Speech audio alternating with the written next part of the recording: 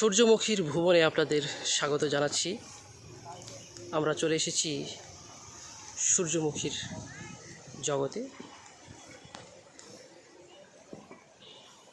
এখানে শত শত সূর্যমুখী ফুল ফুটে রয়েছে অলির অপেক্ষায়।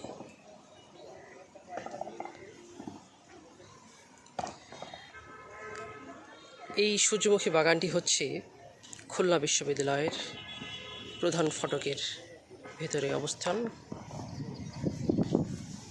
এই সূর্যমুখীর নানা রকম ব্যবহার রয়েছে, যেমন এই যে এখানে একটা অলি দেখতে পাচ্ছি আমরা।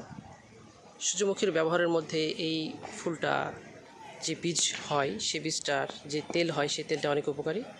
বলা হয় যে এটা অন্যান্য সকল তেলের তুলনায় অনেক বেশি পুষ্টিগুণ সমৃদ্ধ। মধু আহরণে চলে এসেছে অলরেডি একটি মৌমাছি, এবং এটার যে মধু, সেই মধুটা অনেক উৎকৃষ্ট মানের এবং অনেক পুষ্টিগুণে ভরপুর।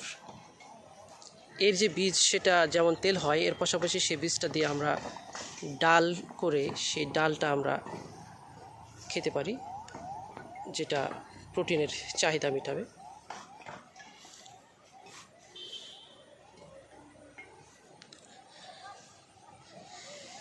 এই হলো সূর্যমুখী জগৎ।